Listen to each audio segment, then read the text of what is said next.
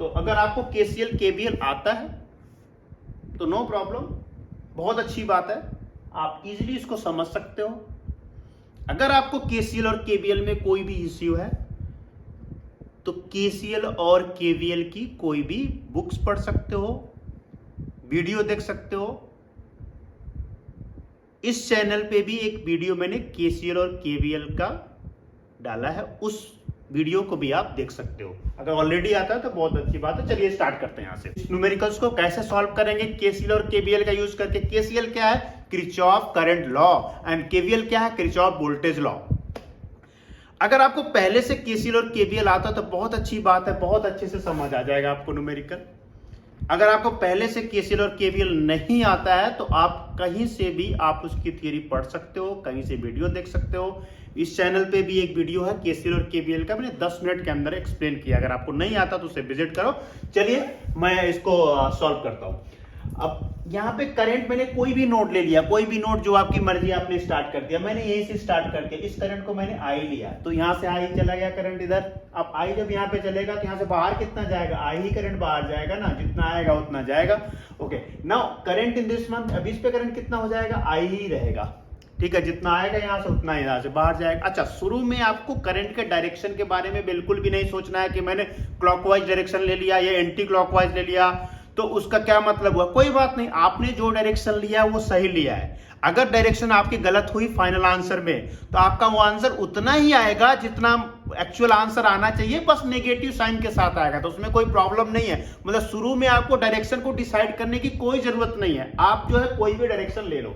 आपने डायरेक्शन ले लिया, अब करंट आई हो गया। अब यहाँ पे करंट कितना आ गया? I1। मैंने मान लिया करंट I1 है, तो ये वाला करंट कितना हो जाएगा? I minus I1। यही तो केसीएल है, इसी को तो केसीएल बोलते हैं। केसीएल क्या होता है? इनकमिंग करंट जो होती है वही करंट आउटगोइंग के इक्वल होती है, वही केसीएल होता है। जैसे मान लो यहाँ पे 10 एम्पियर करंट आ रही है, तो यहाँ पे कितनी एम्पियर आएगी? 2 एम्पियर। मान लिया यहाँ पे 10 एम्पियर आ रही है और इसमें 2 एम्पियर चली गई। जब इसमें 2 एम्पियर चली गई तो इसमें कितनी बची? 8 एम्पियर, 8 एम्पियर।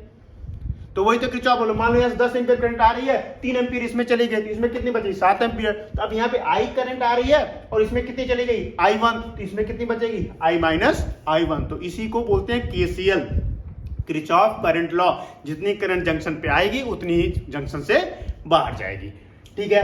अब आगे चलते हैं। ये करंट कितना है? I माइनस I1 है, और ये वाली करंट कितनी है? I1 है, तो यहाँ पे कितनी आ जाएगी? I माइनस I1, क्योंकि दो पाथ तो है ही नहीं, एक ही तो रास्ता है, तो जितनी करंट आ रही है वही करंट फ्लो हो रही है, तो होने दो, फ्लो होने दो। यहाँ पे कितना हो गया? I माइनस I1 और ये I1, और आप जो दोनों को ऐड करोगे तो I आ जाएगा।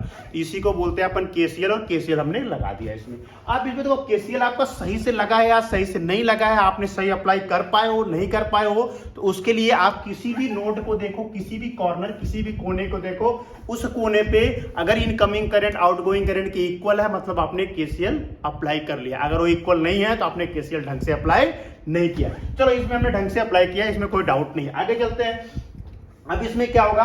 आपको देखो दो वेरिएबल्स है, दो वेरिएबल मतलब दो चीजें हैं अज्ञात, मतलब हमें पता ही नहीं है I और I1। हमको I और I1 को पता करना है। तो बेसिकली इस क्वेश्चन में पूछा क्या उन्होंने ये पूछा है कि इस वाले जो ग्रीन कलर का रजिस्टर है ना, जो 2 ओम का रजिस्टर है, उसमें करंट कितनी होगी, वही करंट आपको पता करना है। I1 में करंट आपको मालूम करना है। अच्छा, ये I1 करंट, एक्चुअली I1 की वैल्यू पता करना है। जो 2 एम्पियर में 2 ओम में कौन सी करंट जा रही है? I1, और उसी I1 की वैल्यू आपको पता करना। चलो ठीक है।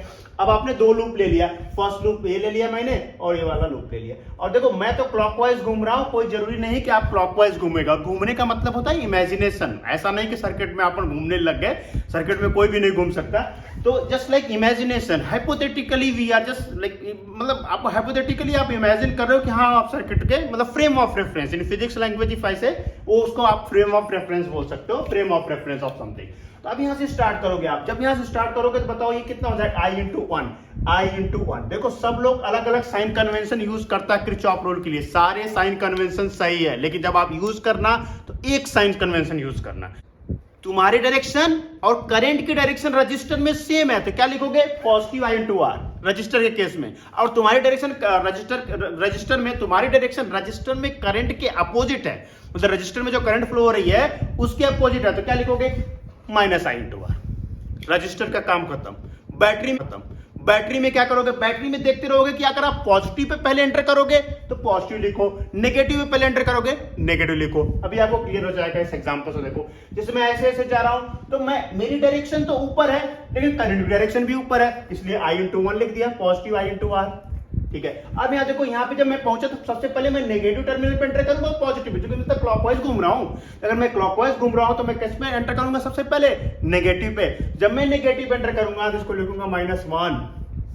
ओके, अब जब इस पे पहुंच गया तो मैं देखो ऐसे ऐसे ऐसे गया, मतलब क्लॉकवाइज ही घूम रहा हूं, इस पे मैं सबसे पहले पॉजिटिव एंटर करूंगा तो मैं क्या लिखूंगा, +2 वोल्ट। नाउ अब इसके अब मैं यहां पहुंच गया ऐसे करते करते, तो यहां पे देखो यहां क्या लिखूंगा मैं, I/2। अब यहां I/2 क्यों लिखा, क्योंकि मेरी डायरेक्शन तो क्लॉकवाइज है और यहाँ करंट की डायरेक्शन भी सेम है। जब भी सेम डायरेक्शन में रखेंगे I/R लिखेंगे और अपोजिट डायरेक्शन में होगी तो नेगेटिव I/R लिखेंगे। अब देखो यहां तक पहुंच गया मैं, अब मैं ग्रीन कलर वायर में ऐसे ऐसे ऐसे गया, लेकिन इसमें भी मेरी डायरेक्शन और करंट डायरेक्शन सेम है। क्यों, क्योंकि मैं तो क्लॉकवाइज घूम रहा हूं, देखो ऐसे घूम रहा हूं क्लॉकवाइज, तो मेरे डायरेक्शन और करंट डायरेक्शन इसमें भी सेम है। तो क्या लिखेंगे अपन, I/2 that should be equal to 0। इसको अपन KVL बोलते हैं, इस लॉ को क्या बोलते हैं, KVL।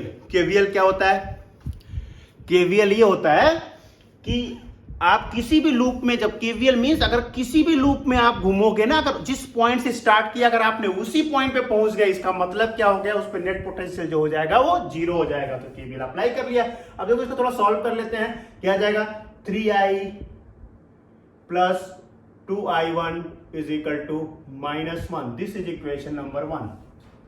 अब सेम इक्वेशन अपन क्या करेंगे, इस वाले लूप में लगाते हैं। If I apply same equation, मैं यहां से स्टार्ट कर रहा हूं और मैं क्लॉकवाइज घूमूंगा, यहां से स्टार्ट करूंगा क्लॉकवाइज घूमूंगा। जब क्लॉकवाइज घूमूंगा, देखो यहां से क्लॉकवाइज घूम रहा हूं, पहले किस पे आया मैं, नेगेटिव वाले वोल्टेज पे, तो मैंने वोल्टेज पे तो आया, मतलब नेगेटिव टर्मिनल पे आया मैं। जब मैं नेगेटिव टर्मिनल पे आया तो मैं क्या लिखूंगा इसको, -1V, -1 ही लिखो, V लिखने की जरूरत नहीं है, -1।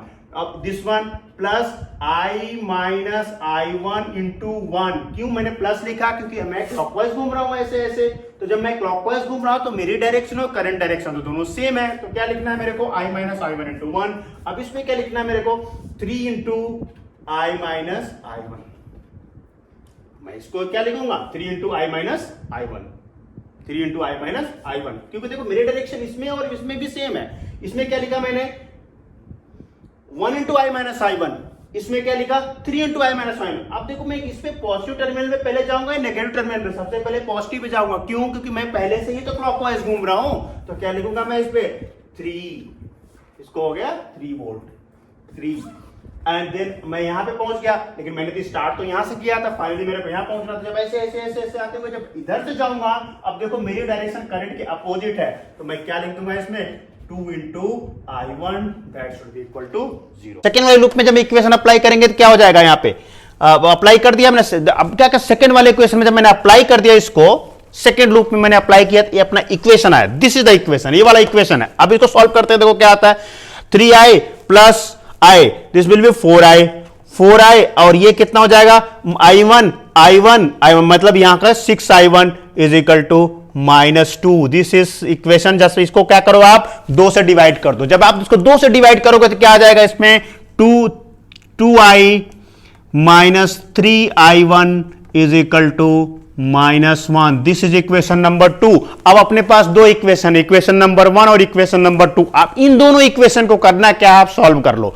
जैसे आप सॉल्व करोगे I1 की वैल्यू आ जाएगी। वही क्वेश्चन में पूछ रहा था कि I1 की वैल्यू कितनी होगी या ग्रीन वाले में कितना रहेगा। मैं सॉल्व करके दिखाता हूं। जैसे इसमें मान लो आपने इस वाले में आपने इसको क्या किया, 2 से मल्टीप्लाई कर दिया, इसको 2 से मल्टीप्लाई करो और इस वाले को 3 से मल्टीप्लाई करो, 3 से मल्टीप्लाई करो। जब आप इसको 2 से मल्टीप्लाई करोगे, इसको 3 से मल्टीप्लाई करोगे, क्या आएगा, देखो यहां पे हो जाएगा ये 6I + 4I1 = -2.